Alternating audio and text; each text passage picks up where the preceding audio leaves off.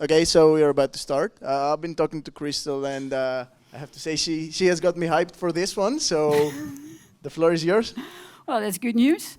Hi, everybody. Really great to see you all at the end of the day, that you all still have some energy left to listen to a talk. I'm Kristel Nieuwenhuys.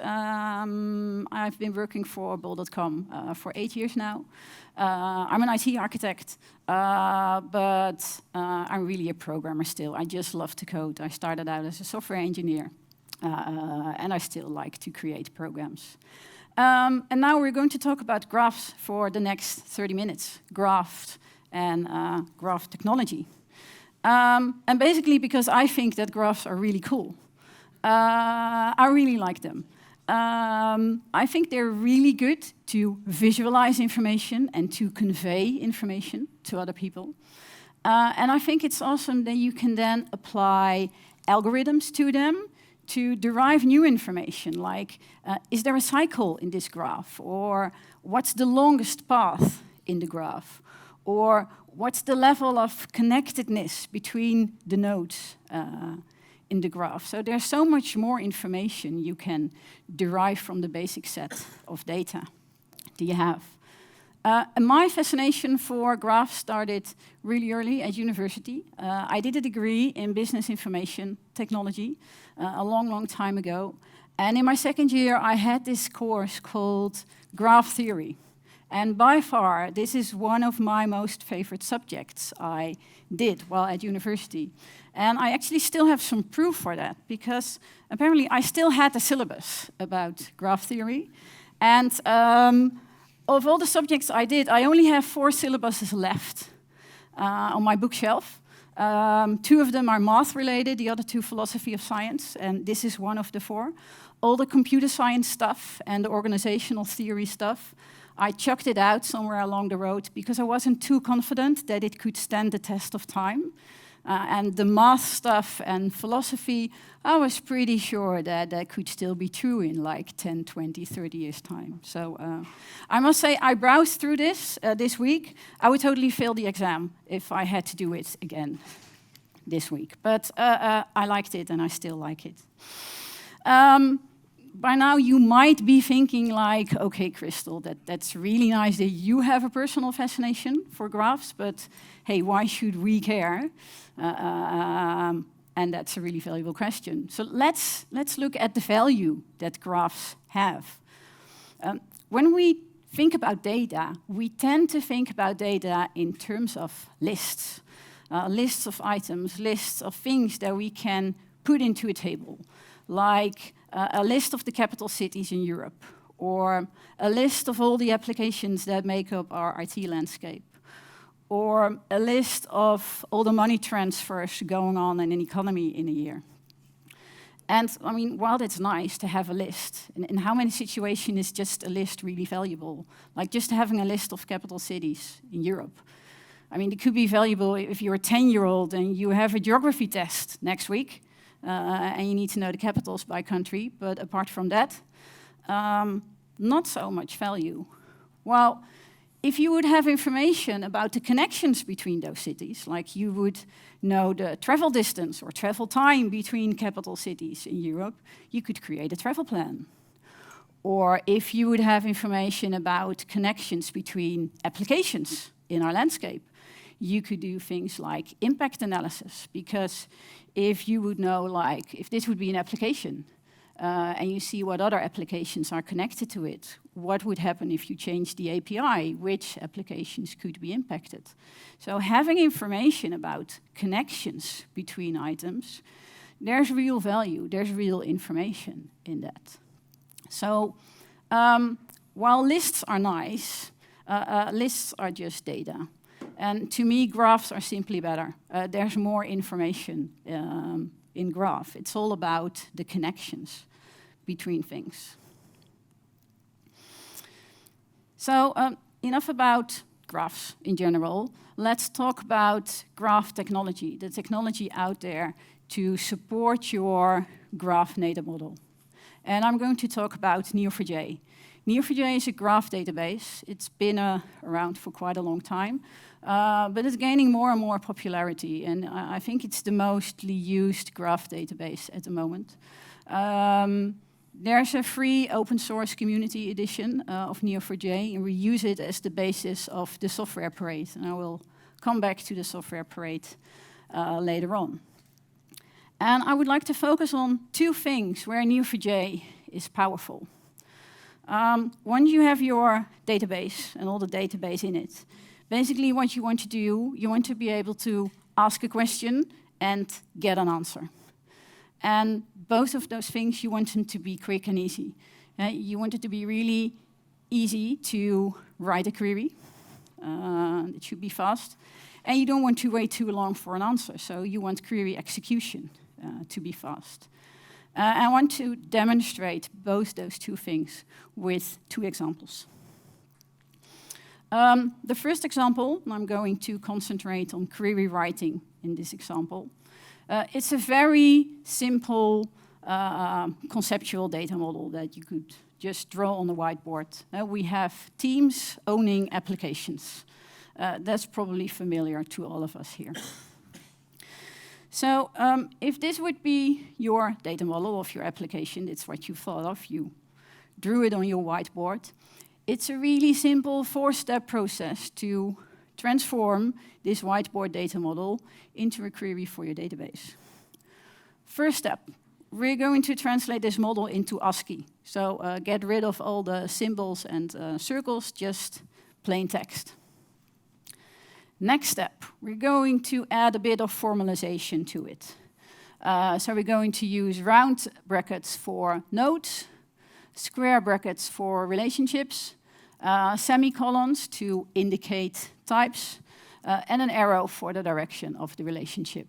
And there's a naming convention that relationships are capitalized. It's just a naming convention. It's not a must-have, but it makes the queries easier to read. Then if we want to insert data to the database, there's only 2 more steps to do. We prefix this line with the word create. And we simply drop our properties in there. So with just this line, we create a node, a team named hero, which owns an application named Billy, which is of type service. So translating your whiteboard data model into a query is like really, really easy. Now, if you would like to fetch data from your database, it's just as easy. You prepend that line with match, and in this query, we're looking for applications. So we want to return applications. And the only thing left to do is drop in our search criterion. So what we do here is we're looking for applications owned by a team named hero. The other way around, looking for teams satisfying a certain search criterion. We drop in the application name. So this statement below gives us the teams, or in our case, it's always one team, right? Responsible for an application named Billy. It's as easy as that. So that's the first introduction of the query language. The query language is called Cypher. They are, at this moment, trying to standardize the query language. Second example, Panama Papers. Here it's starting to become a bit more complex, but also more interesting, because it's a real life case where Neo4j technology was used. You've probably heard of it. It was about 2 years ago. A lot of news stories broke in April about the Panama Papers. It was this big deal about tax havens, companies being involved with tax havens, famous people being involved in tax havens. It started with this John Doe, who's still anonymous up till this date, who offered this big offshore data leak to the Süddeutsche Zeitung, consisting of 11.5 million documents. The newspaper decided to not keep the information for themselves, but joined a collection of over 300 journalists to investigate this big set of data together. They also had 3 developers on board to create IT systems to help them manage this big collection of data and to make sense of it. And one of the technologies they used is Neo4j. So how did they use it? Well, imagine you have a data model like this. You have a shareholder over here who owns or partly owns a company, which has a bank account, which is transferring money to another bank account owned by another company. And you want to query this kind of data model. Well, more specifically, there was this Icelandic journalist interested in this person called Sigmundur Gunnlaugsson. I have no idea whether I pronounced that correctly. And it's just not a person, any person. It's the Prime Minister of Iceland. And he was really interested, like, is there any connection between our Prime Minister and a company based on the British Virgin Islands? That's the kind of question he would like to ask. Before we go into how Neo4j would solve this, let's make the model a little bit more complex. So here on this side, on the left side, it could also be that the shareholder owns a company which is registered at a certain location, at a certain address. At that very same address, another company is registered, and that's the company doing the money transfer. A similar kind of complexity we could add to the other end. Also over here, the receiving company could be an in-between, registered at a certain address, and another company being registered at that very same address. So basically, we want the query to be even more flexible, like we wanted to take into account either this route or this route, and take into account a company on the British Virgin Islands either in this location or over here. Now, think about if you would have to solve this using a relational database with different tables, and you would have the right to query to answer this question. Think about the number of joins you would have to perform, how complex your query would be, taking into account the variations I just introduced. I haven't tried it, but I think it will be a rather complex query. And when you look at the query, it's kind of hard to understand what it's actually expressing. While in Cypher, it would look like this. I'm looking for paths that start with this person named Gunnlaugsson, then an arbitrary number of relationships. I don't know how many, I don't know which types, but the path should end at a company based on the British Virgin Islands. And that's a really simple query. And I mean, even though you may not be familiar with this Cypher query language, I hope you will agree with me that it's a relatively simple query and kind of elegant. And you can recognize the natural language question you have in this query. So it's really powerful, it's really easy to write these queries. Then a bit about time about executing the query. Imagine if you would have to do this on a relational database and execute the query. Then think about the number of joins you would have to perform across all these tables. And then a database with millions of records. Think about the number of lookups, the index lookups you will need to perform to do this query. And the number of cups of coffee you could drink before your database engine would have your results, or for me, cups of tea. If it doesn't die on you with an out-of-memory error before it even got to your result.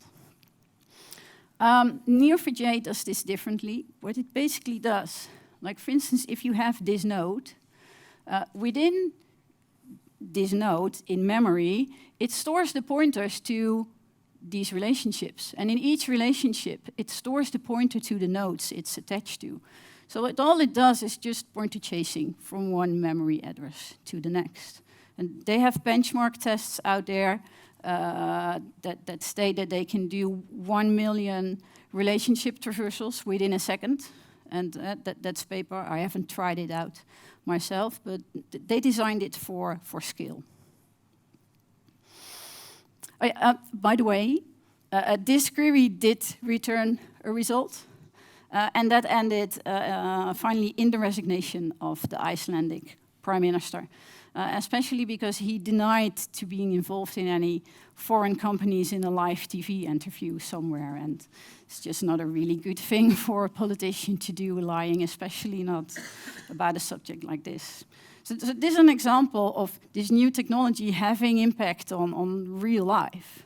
Yeah, this allowed those journalists to do something that would be much harder without graph technology. So that's all theory. Now let's have some fun, and that means that it's demo time. So we are going to leave the presentation, and I'm going to demonstrate you how you can actually use it. I'm going to demo the Neo4j toolset and give you some demos of the software parade, the tool that we built that uses Neo4j underneath. One more slide before we go to the demo, because for the demo, it's handy that you have an idea of the conceptual model.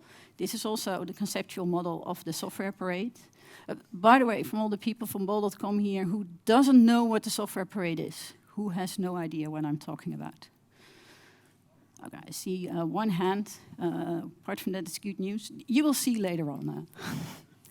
But basically, what the software parade displays and conveys information about is this model. It's about the applications in our landscape and connections between them. We have applications talking to one another, the teams owning those applications, and the employees which are a member of those teams. So all the queries I'm going to show you now will revolve around this simple data model. So now let's switch.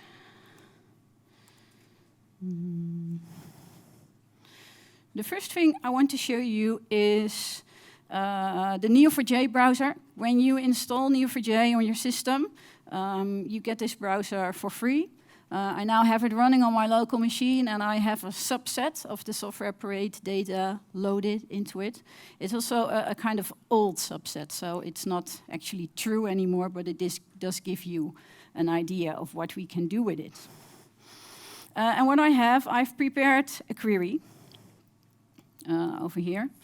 And this is a bit small to read, so I also have them a bit larger over here. What this query does, there's this application at the center of it called Cassandra. That's our customer account service. And what I'm looking for is all the other applications talking to Cassandra, and also the team that owns Cassandra and the employees, which are a member of that team. And I'm not giving this example for you to grasp all the details of this query, but just to have a general idea of what I'm asking the database to do. And also over here in the demo, you probably won't be able to read all the text. That's not a problem. It's not about the details of all the text and all the labels and buttons, but to give you an idea of the structure we can visualize. So let's execute this query and see what happens. So in this Neo4j browser tool that you get for free with your Neo4j system, it visualizes your query results. So over here we have our Cassandra application, all the application that Cassandra is talking to, or the other way around. The team responsible for Cassandra, so here we can see it's an old data set because it says Team Reptile here, and these days it's Team SecDev, and the people within that team. What you can also do now is just select any of these nodes. Which one shall I use? Here, checkout. I can select the node and expand that node. So now it's going to expand all the nodes associated with checkout. It's a really good tool to explore your data, just to walk through the data set you have, and it visualizes it for you. You can select your own color sizes and everything. So this is the Neo4j tool. Now let's switch to the software parade, the application we built ourselves. This is the homepage. Let's first look for this very same service, Cassandra. We have a neat search feature, so that's easy to find. We have a lot of information, but that's not what I'm really interested about. I wanted to show you this graph. And again, it's not about being able to read all the labels. It's about the idea of visualization. You probably kind of recognize the graph that the Neo4j browser returned. That's a similar kind of structure. What we do, we add some decoration to it. So we use icons and we use coloring. And the explanation of the icons you can see over here. So here we have Casper in the middle, all kinds of applications around it, a team and people within the team. One of my colleagues told me that I definitely had to show you one thing because he thinks that this is the most amazing thing you can do with the software parade. So I really had to show that. Like, it's really good fun. It's kind of relaxing, really. So thank you, Ronald, for the tip. Yeah. What you can do in the software parade is just click on an application, and that takes you to the page of that application. And so you can just click anywhere and use that to traverse our whole IT landscape. But yeah, if you look at this page, this is all really nice. But of course, this query is hard-coded into this page, right? You cannot alter this query now and get an answer to a different question, while the Neo4j browser allows you to ask any question you want.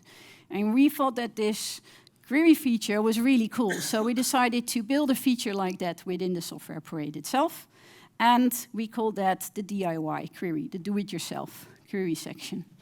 On this page, we provide some explanation about our data model, about the workings of the Cypher query language. So when you read through this page, you have all the information you need to go and write your own queries. I have some queries prepared. So let's again do that very same Casper query. Run the query. And you see, you get the very same result as when you go to the Casper page in the software parade. So even if you use this DIY query feature, we also apply the decoration stuff. We apply the icons and the coloring, so you get a meaningful representation of the data you're searching for. Now, let's go to another example. First, I want to show you the example again in a bit bigger font. Again, it's about Casper. And I want to have information about the client applications talking to Casper. Then I'm going to continue with those clients and figure out the teams owning those clients, and then give me some information about the teams. Why this example? I don't know about you, but I'm getting pretty fed up with all these emails that arrive in my inbox that start with a line like, if you're not using service ABC, you can stop reading this email. How many of you have received such an email this week? Yeah. How many were kind of annoyed by it that you get it? Yeah. I think we have the tools right now to actually target your audience for mails like that, and I want to show you how. So let's select the email query. So this is the very same query I just showed you in a larger font. You will just have to rely on me. Let's make this a little bit bigger. So what we have here now is a list of team names over here. Team names over here, their email addresses over here, and the applications they're responsible in the third column. You also notice that we're not quite there yet to support this use case because we don't have all the email addresses. We get this data from Hera, and not all the teams in Hera have an email addresses in Hera. And we're still not at a 100% completeness level for the communication lines between applications. I think we're at like a 95% completeness level, but it should be a bit higher to actually be able to rely on it for these kinds of purposes. But we are getting there.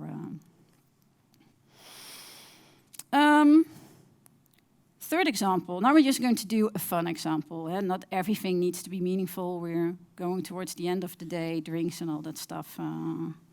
Let's go for a fun example. I'm just going to show you the example, and you can just figure out for yourself what you think it's going to do, and afterwards I will show you the results.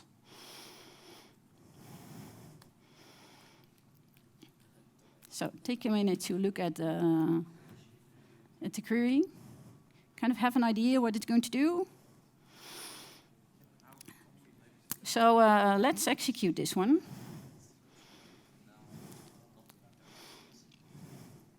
Run query. So basically what we have here is a graph which has the web shop on one hand, and Ton Ely, our colleague sitting over there at the bar, thank you Ton for joining, on the other hand. And it just tells you what kind of connections there exist between Ton Ely and the web shop. And apparently Ton is involved in 3 teams, and those 3 teams are responsible for 6 applications, and those 6 applications are services the web shop is talking to. I will leave it up to you to see what kind of meaningful explanation you can give to this graph. There wasn't any intention for me, it was just about having some fun. Maybe Ton has an idea himself, but no.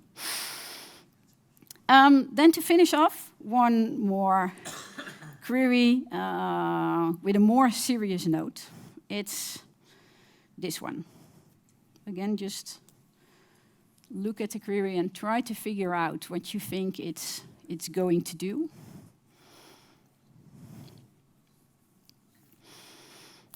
So now let's execute it. I'm going to copy this one to my query area.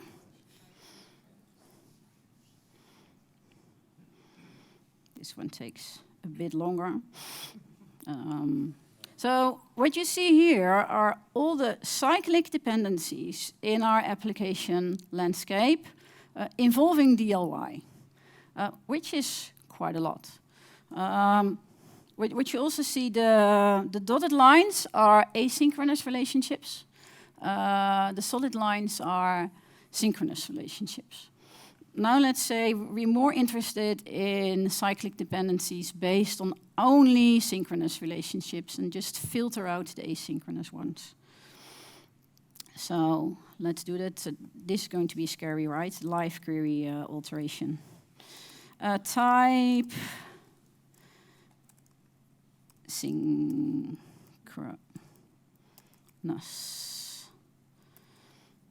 So let's run that query again. So slightly less chaos, but still quite a lot of cyclic dependencies in our landscape. And this is just an example to really demonstrate the power of using graph technology to model our landscape. Because when we're writing software, cyclic dependencies are regarded as a bad thing, as a code smell. And Maven doesn't even allow you to create cyclic dependencies. But we do have a lot of them in our architecture. So maybe that's a kind of an architecture smell. I mean, at the minimum, it's worth investigating, like, hey, what's going on here? And maybe could we simplify things so a query like this doesn't result in sort of chaotic model. And I want to stress the fact that I used DLY just as an example. I could have used any service, really. So this is not a comment about DLY. So that's the end of the demo and the end of my presentation. I really hope I've managed to inspire you. I've managed to inspire you about the value of graphs, about the power that graph technology can bring us. And if you do feel inspired and you're really interested in the technology, we could still use some people in our software parade team, because there's a long list of ideas that we would like to carry out to improve the value of the software parade even further. So if you would like to join us, come and talk to me over drinks or drop us a line in the software parade Google chat room. That's it. Thank you for paying attention and being here.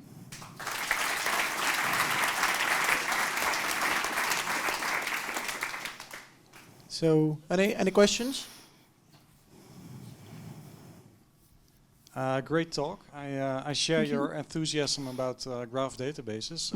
And although I really like what you did with the software parade, do you think we can do more at bol.com? Maybe our product catalog, customer data, and stuff like that in graph databases? I do think when you're talking about products, that's a perfect example of graphs. Like we have a lot of relationships between products, like recommendations and accessories related to a product. So yeah, I definitely do feel that there are multiple use cases where we could benefit from graph technology.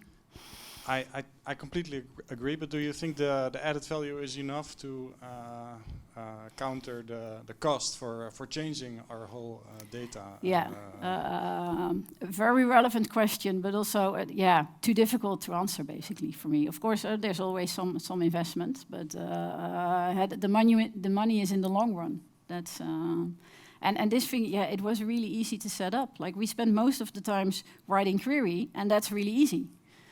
Getting the technology up and running, not so much. Then, I mean, I must admit, scale wasn't a challenge for us. The Neo4J, the community edition, I think they state that it's ready to support 1.4 billion nodes. So we're quite safe when we look at the software parade use case for now. We didn't put it to the test where scale is concerned.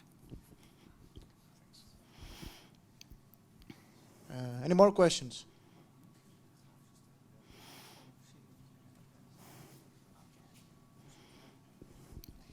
Hi, thank you for your presentation. It was really interesting. I was wondering, are there any libraries that you can use to make integration of Neo4j in your software easier? You know, you can map your data to some class or something like that?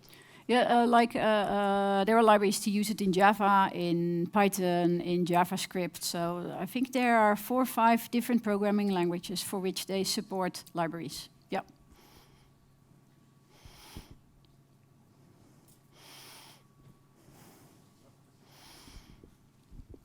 If I recall, Neo4j loads this database into memory. How big was the database? I really don't know. Yeah, I would have to check. And it's not an actual in-memory database. They do caching in some kind of really smart way. So it's not that they load all data in memory, as I've learned. But yeah, it's not an area that I really dived into at this moment, really deep. All right, yeah. Thank you. I do not, like, we're running this in the cloud.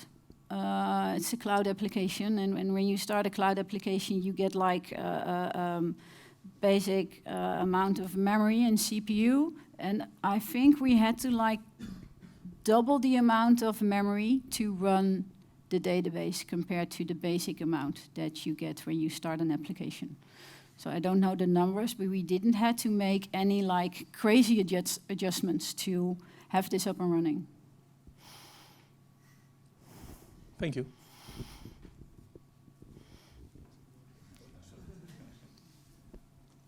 Okay, we got time for one more question. So, are there any? No. Oh, there are. Oh. Oh. I was wondering how difficult will be to move this one step deeper so that we don't actually only get the relation, because I sometimes would like to know is an endpoint, which particular endpoint I'm talking about, which queue I'm talking about, because I can then see the information flow much more clear. Yeah. How difficult will that be? Is that a crazy idea? It's definitely not a crazy idea value-wise, because I've heard the ideas from many people. I wouldn't really know how to go about it, what the best way would be to get the information from the endpoints, probably from the generated Swagger docs. That could be an idea. So I think it's feasible with the basis we have now. So, but you're welcome to come and join our group and figure it out, how easy it will be. You will make a lot of friends if you do. All right, so that was all. Please give a warm round of applause for Kristel.